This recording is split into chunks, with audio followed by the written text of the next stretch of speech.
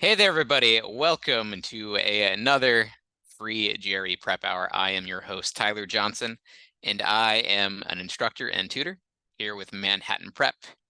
And I like to do these prep hours because it's a chance for me and the other instructors to just kind of geek out about a topic for an hour. And what I have planned for you all today is an in-depth look at digits and decimal questions on the GRE. So if you've never been to one of these before, the way it works is this session is happening live in a Zoom room right now. We've got some attendees here. It'll also be hosted up on YouTube later. So whether you're watching online on YouTube or here live in the room, big welcome to you. And do me a favor, if you are live in the room right now, use that chat box and tell me where in the world you are connecting from today. I am in San Francisco, California. Kind of a gloomy, foggy day. We're in the middle of June gloom out here, where it's like 50 degrees and foggy, unlike the rest of the United States. All right, so we got someone from New Jersey, big fan of The Sopranos. Oh my God, the heat wave out there, I've heard. Hope you've got air conditioning. All right, and Priyanka, welcome from India. Good to have you here.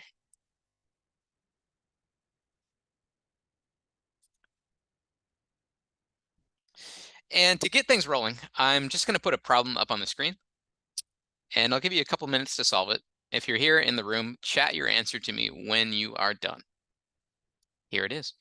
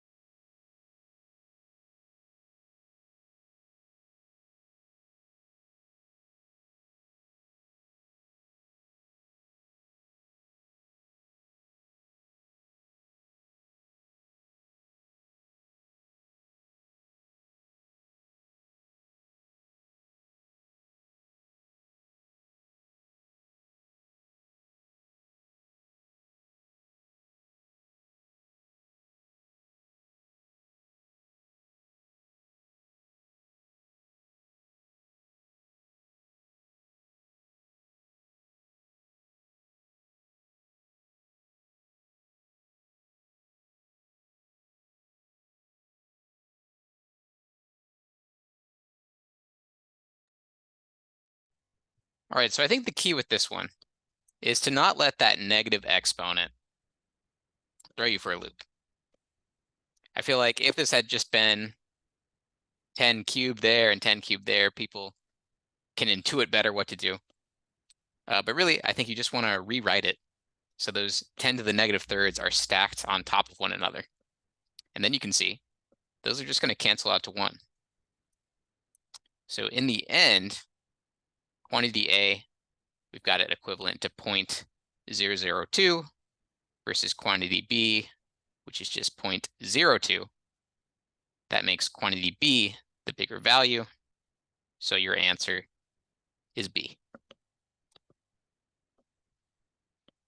And we're going to get into some more difficult problems as this lesson progresses. That was kind of our warm-up. The next one I want to show you has a mix of, well, I actually don't want to say too much. I'll just show it to you. This next one is a little trickier in my opinion. So try it out. Chat your answer when you're done.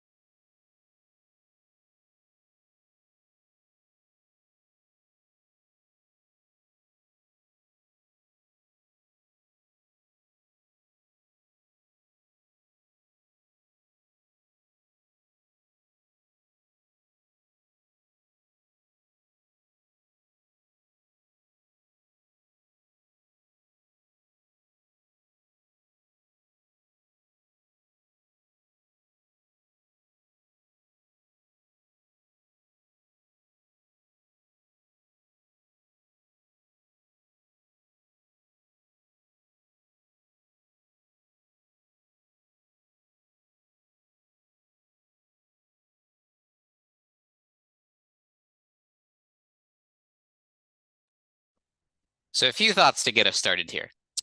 First of all, you've got 5 to the negative m power.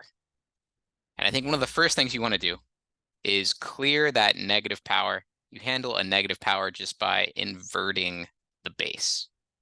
So 5 to the negative m is the same as 1 over 5 to the m. Another thing I don't like about this problem is the 0.002. Often on the GRE, I think it's going to be easier to use fractions rather than decimals. And then, that kind of depends on the problem. But as a guiding light, should I be using fractions or decimals? What I'd like to do is look at the answers. If there's no decimals in the answers themselves, I think fractions are the way to go. If there were decimals in the answers, stick with decimals. So instead of having 0.002, I'm going to shift that to a fraction and call it 2 1,000ths. From here, I'm going to simplify that, just reduce it to 1 over 500. And now I'm going to cross multiply to make this inequality a little easier to look at. So essentially, I know 500 has to be greater than 5 to the m. So here you want to be comfortable with your powers of 5 and know that 5 cubed is 125 and 5 to the 4th is 625. So if I need 500 to be greater than 5 to the m, you can see 5 cubed is going to be safe, but 5 to the 4th will be too big. It'll break that inequality. So we can see the largest integer that satisfies the inequality, that is choice B, 3.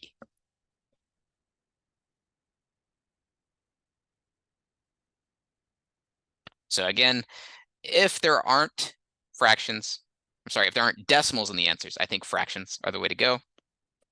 And just know the GRE is pretty fond of negative exponents. I know it's not something people use a lot in their day-to-day life, but the test writers know that, and they're going to include them somewhere on the test. So make sure you know how to handle a negative exponent.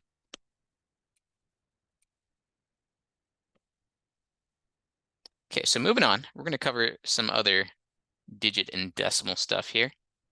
Take a look at this next problem.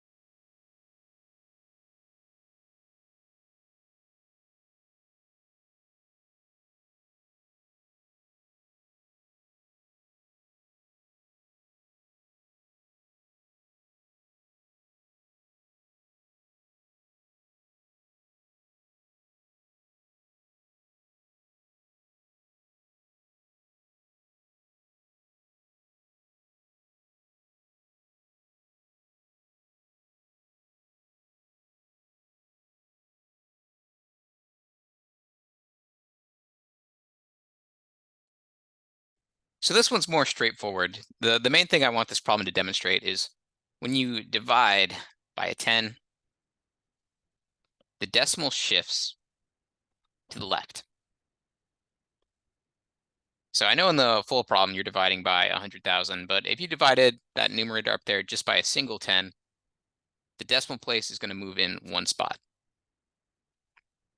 Or if you divide it by 100, you're moving 2 spaces to the left from where you started. And that's going to carry on until you get all the way to 100,000. You're left with 45.63. So if you rounded that, it's going to turn into 46, which only has 2 digits.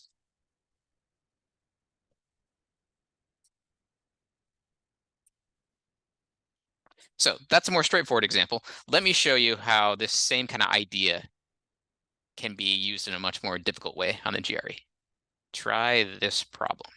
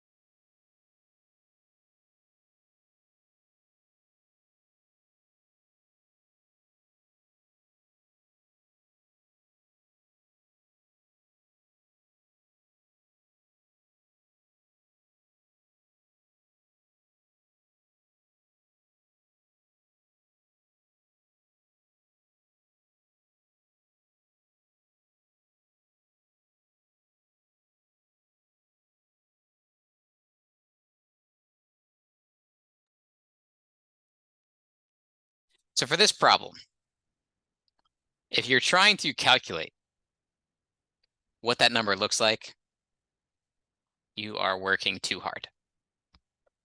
The GRE is never going to expect you to calculate some giant, humongous number. What this question is all about is, can you scope out the pattern? Most of the time, there's going to be some sort of pattern at play in these GRE questions that don't require huge computations or flexing of crazy mathematical skill. It's just kind of thinking more conceptually. What creates a zero immediately to the left of the decimal point? Well, that happens anytime you're multiplying by a 10, right? If I just have the number 5, it's got no zeros. But if I multiply that by a 10, now I've got 1 0. Or if I did that twice, you're effectively multiplying by 100, there's going to be 2 zeros. So rephrasing this question, what I'm really trying to figure out, how many 10s are multiplied in this big number? 2 to the 13th times 3 to the 14th times 5 to the 15th. Well, recognize that 10, if you break it into its prime factors, you get a 10 anytime there's a 2 times a 5. So if you rewrite this number a bit,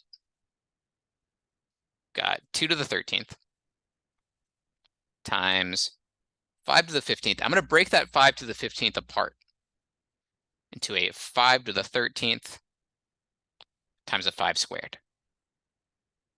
So that's still equivalent to 5 to the 15th. I'm just writing it in a different way. And the 3's I haven't done anything with, so I'm still going to have 3 to the 14th at the end. And now if I group those 13 2's with those 13 5's, that's where all those 10's are coming from. There's going to be 10 to the 13th times some leftover stuff that won't form 10's. So how many zeros are immediately to the left? There's going to be 13 10's, creating 13 zeros.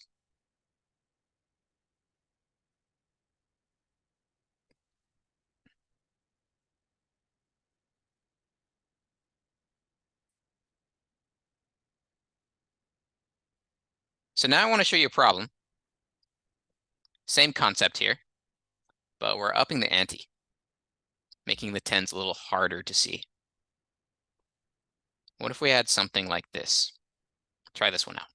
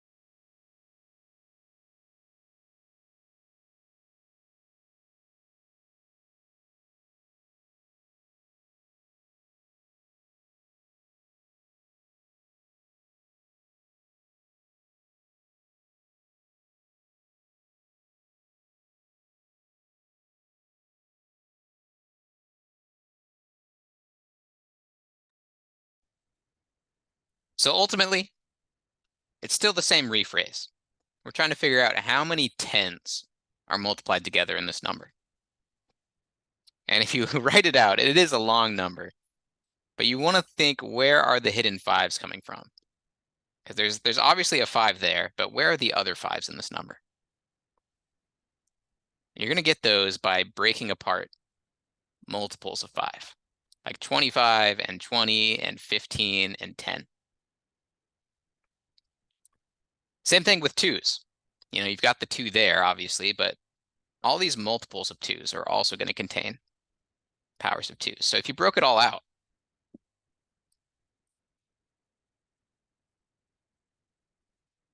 you're going to have more 2s than 5s here. So 5s are kind of your limiting factor. And you've got 1, 2, 3, 4, 5, 6 5s. And you do have enough 2s to pair off with each of those 6 5s. That's going to give you 6 10s, which means there's going to be 6 consecutive zeros at the end of this number. I'm not going to bother counting the 2s because it's the 5s that are the limiting factor. Right? I could have all the 2s in the world. I'm not going to be able to make 10s out of them. Got to have 2s and 5s to make a 10.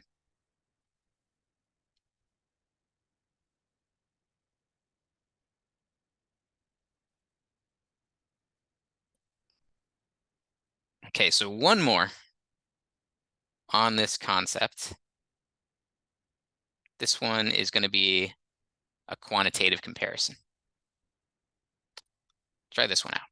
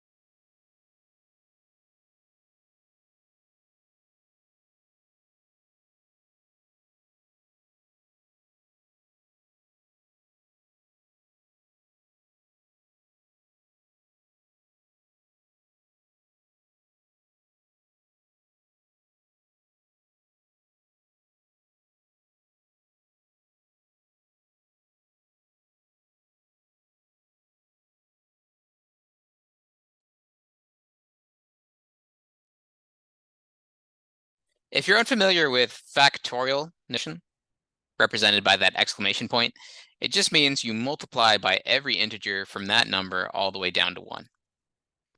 So quantity A, it's another way of writing this long product we were looking at in the previous question. And as we saw from the previous question, there's going to be 6 tens multiplied in there. So that creates 6 zeros at the end. And if we think about quantity B, it's going to be all of this from 25 factorial plus this extra 29 times 28 times 27 times 26 multiplied by all that as well. However, within these 4 extra numbers that quantity B gets multiplied by, there are no additional 5s. You can get some extra 2s from the 28 and the 26, but there's no more 5s. And if there's no more 5s, there's not going to be any additional 10s being multiplied here. So both these are equal. They're going to have the same exact number of zeros at the end, which is 6.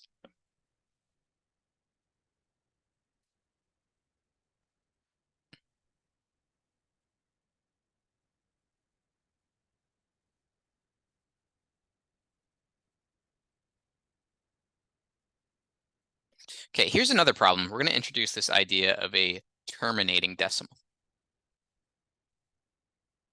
Something is a terminating decimal. For example, 1/3 is a repeating decimal, where that 3 is going to repeat forever. 1/2 is a terminating decimal, where it cuts off, it's a clean number, no repetition. Anyways, try this question. We'll talk about it in a few minutes.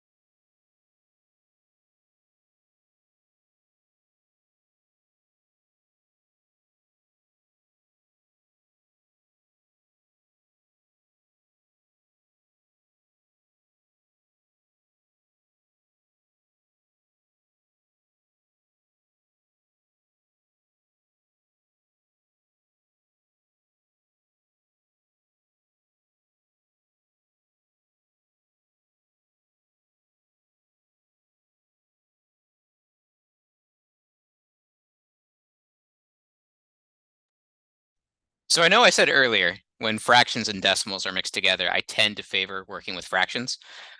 But the way this question is expressed, they want to know what's going on in the terminating decimal form. So they're kind of forcing us into working with decimals here. And that's one of the keys to the problem. So starting off, I'm just going to manipulate the fraction a bit and try and isolate the tens in that denominator. So I'll split that 5 to the 9th into a 5 to the 5th times a 5 to the 4th. Then I can combine the 2 to the 5th and the 5 to the 5th into 10 to the 5th.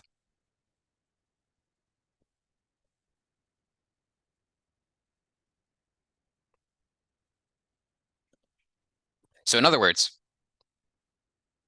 we've got this power of 10.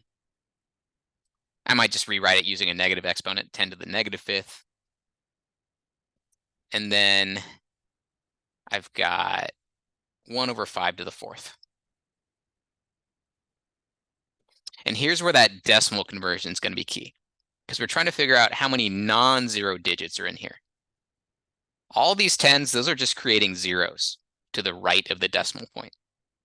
The non-zeros are going to come from this 1 over 5 to the 4th. But to figure that out, I got to convert from a fraction to a decimal. So here we're going to have 10 to the negative 5th and 1/5 in decimal form. That is 0.2. And that is being raised to the 4th. And if you know your power is a 2, you know 2 to the 4th is 16. And if it's 0.2 to the 4th, it's going to be 0.0016. So again, all this 10 to the negative 5th business, that's just creating zeros. The non-zero digits are the 16 right here. So there are only 2 non-zero digits in the decimal form of that number.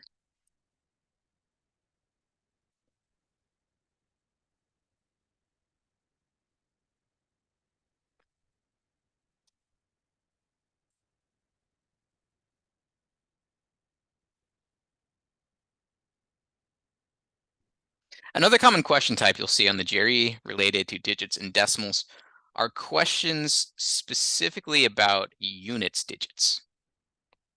And there's a trick to these. Before I tell you that, I want you to try it on your own.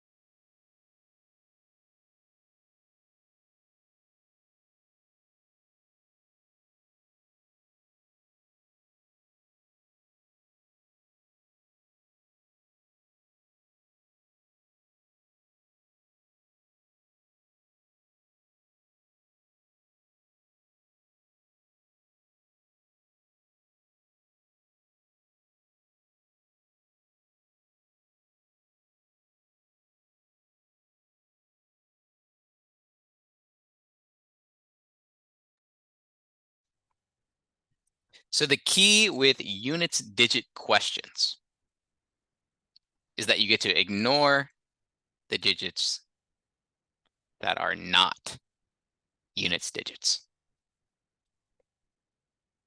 And that might sound a little risky, like how can you just ignore parts of these numbers? Well, let me give you a little demonstration. Let's ignore the powers for a moment and just say we're looking at the units digits of a product like 6 times 7, right? You know that number is going to be 42. But if I added a bunch of extra numbers in front, I'm just going to create some random numbers.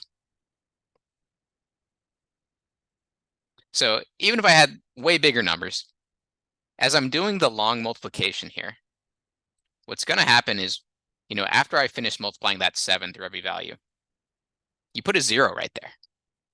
And then I'd start multiplying the 1 through every value. So like 1 times 6 is 6, and 1 times 9 is 9. And then you're going to put down 2 zeros for the next one. So the only thing impacting the units digit of this product were the 2 units digits we started with at the beginning. All these other numbers that we're multiplying, they are not going to impact that final units digit we have. It's predetermined by the units digits themselves. So that's why you ignored the other pieces. But that said, we aren't just multiplying a 6 and a 7. We've got this 6 raised to a 4th power. So you need to find a pattern here. But check out what's going on with the powers of 6. Right, 6 to the first, that's just 6 itself. 6 squared is 36. 6 cubed is 216. And I'm not sure what 6 to the 4th is off the top of my head, but I can say if I multiply something that ends with a 6 by another 6, I'm going to get some other value that ends with the 6. So every single power of 6, it's going to have a 6 at the end. And beyond powers of just 6 itself, any number that ends with a 6, if you raise that to any power, the result will also have a 6 at the end. So 16 to the 4th, that's going to be some long number that ends in a 6. Okay, so how about 27 cubed? Well, I get to ignore the 2. Let me just look at the powers of 7. 7 to the first is 7 itself. 7 squared is going to be 49. And 7 cubed is going to be 343. 7 to the 4th, I don't know that one. But I know if I have a number that ends with 3, and I multiply it by 7, that gets 21. So I'd have a number that ends with 1. And if I multiply a number that ends with 1 by a 7, that's 7. So I get some other number ending with 7 for 7 to the 5th. And at this point, you can see the pattern's going to repeat. 7931, 7931. Anyways, we're only going to the 3rd power here, so I don't even have to go that far. I can just say, okay, anything to the 3rd power will end in a 3 for that 7 term.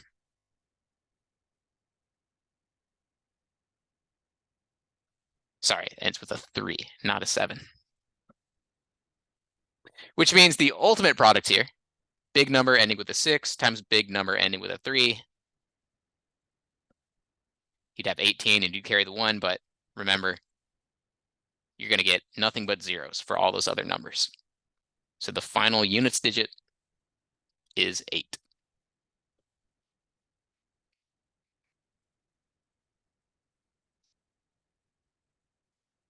So these units digit questions are common when a power or exponent is involved.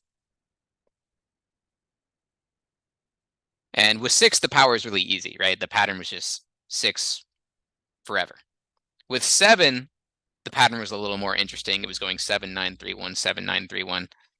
Know that for any single digit value, the longest that pattern's ever going to be is a sequence of 4.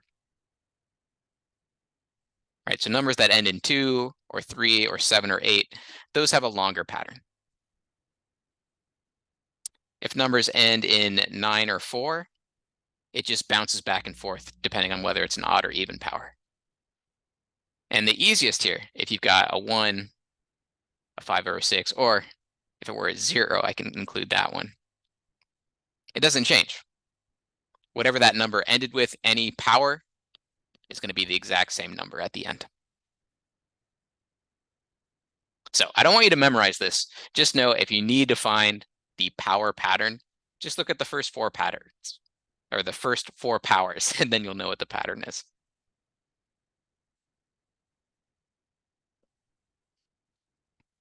So if I extend this a little bit, the last question was all about units, digits. What if we're talking about the tens and the units digit? What do you think happens in this question?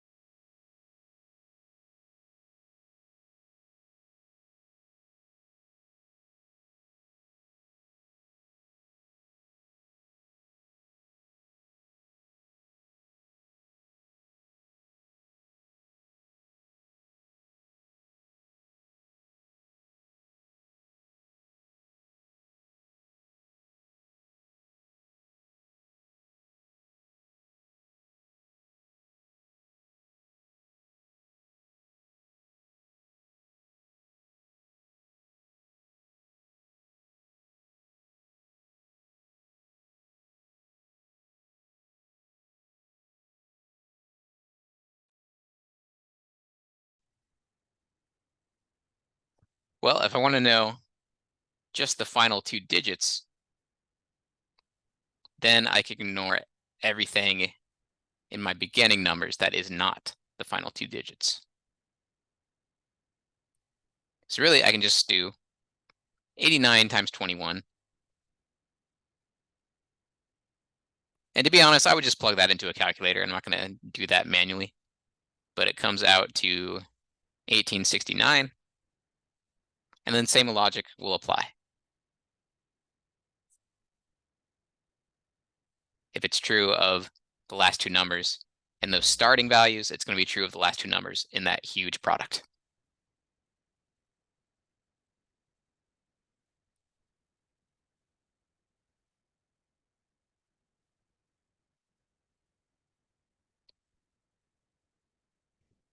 And we spoke a little bit about terminating decimals earlier in this lesson. I want to go back to that and take a look at a harder problem. So the goal here is to look at these numbers and identify which of these fractions would produce a terminating decimal. And if you can, I want you to avoid just plugging these into a calculator, right? There's a mathematical property at play here. See if you can figure out what determines if something will terminate or not. We'll talk about it in a few minutes.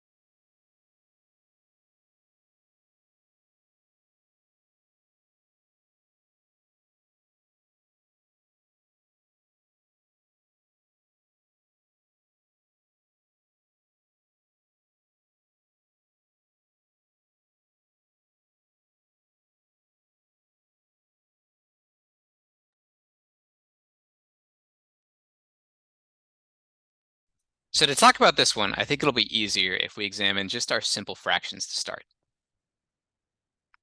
So from 1/2 up to 1/10, notice that your repeating decimals are 1/3, 1/6, 1/7, and 1/9. And your terminating decimals are 1/2, 1/4, 1/5, 1/8, and 1/10. And what those fractions outlined in green all have in common, what actually creates a terminating decimal, is that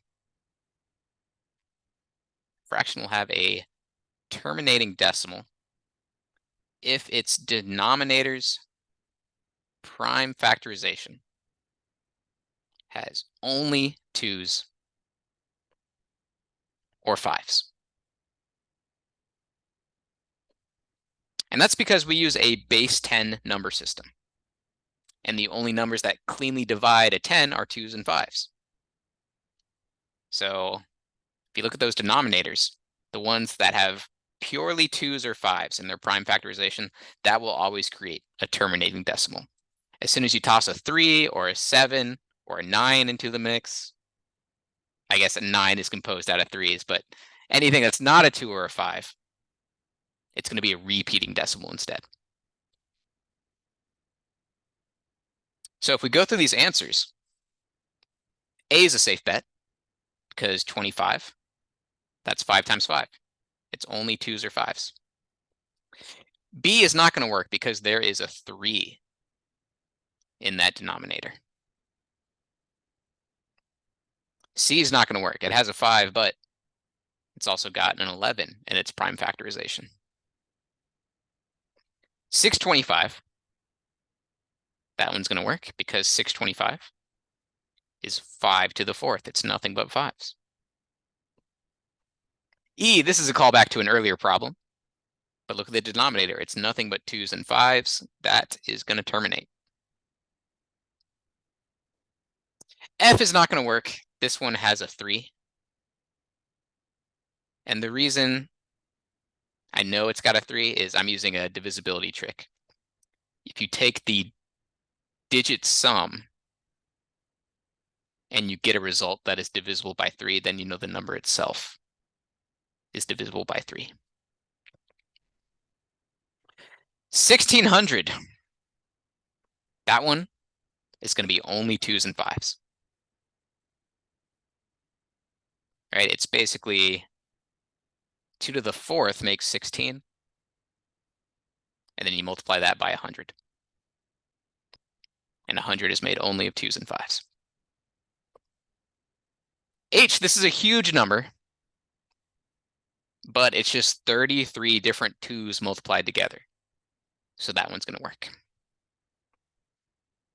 I is also a big number, but it has no 2's, it has no 5's. Its denominator is only 3's. So that one is out. And your correct answers are A, D, E, G, and H.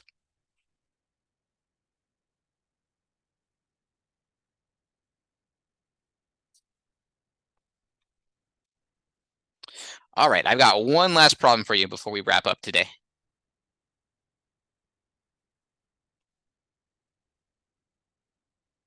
Try out this one.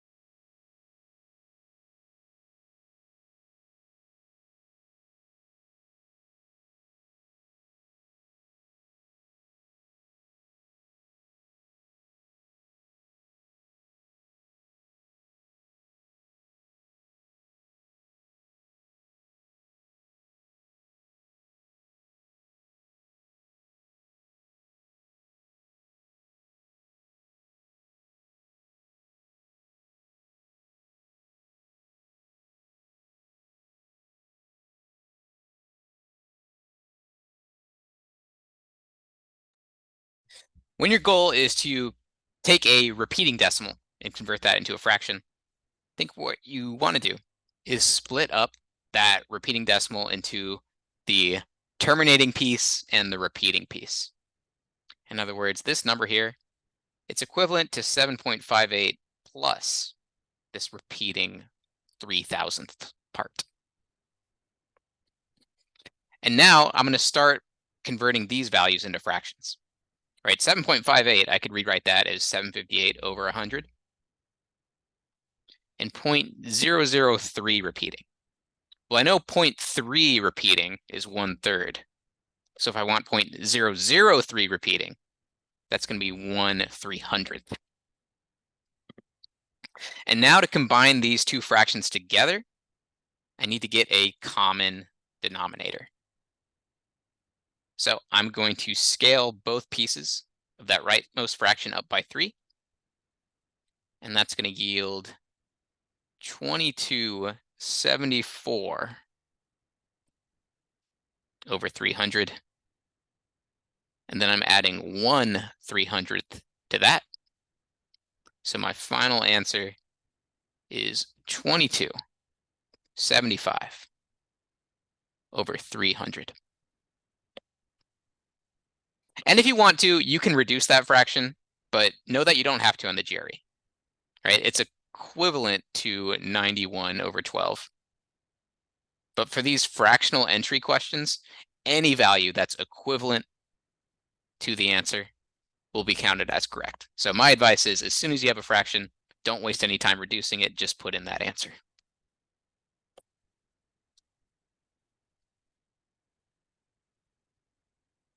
Okay, so wrapping up, that's it for the problems today. We're now just gonna kind of recap the main points of what we talked about. And first of all, it's kind of making that decision. Do I want to work with a fraction or a decimal? Most of the time, I think fractions are the way to go. But you always want to peek at the answers on Quant first and look at the format. If there are decimals in the answer, you definitely want to work with those. Or if the question stem is straight up telling you, we want you to work with a decimal, then do decimals instead. When it comes to powers of 10, right, recognize when you're dividing by a 10, that's moving the decimal inward to the left. And when you multiply by a 10, that's moving the decimal outward to the right. And terminating decimals, which we just talked about, that'll occur if that denominator's prime factorization consists purely of 2's or 5's, or a combination thereof. As soon as a 3 or a 7 or something like that shows up, it's going to be a repeating decimal instead. We also talked about units digits, right? The key with those is you get to ignore everything else that is not a units digit. And if there's exponents involved, then it's a matter of finding the pattern in those powers. And the last thing we looked at is when you start with a repeating decimal and you want to convert that to a fraction, break it up into the terminating piece of the decimal and the repeating piece, and then convert those parts into fractions. Okay, so that's it for today. Hope you all had a good time here. If you want to check out one of these in the future, you can head to that link on screen. It should also be in the video description of the YouTube panel there. If you're here in the chat, I pasted that link in for you to check out as well.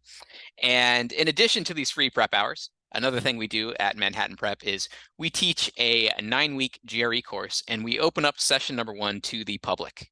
So if you want to check out 3 hours of that course for free, come attend one of our session 1 trials. All right, so I'm going to go ahead and stop the recording. Thank you all for being here. I hope to see you at another event in the future.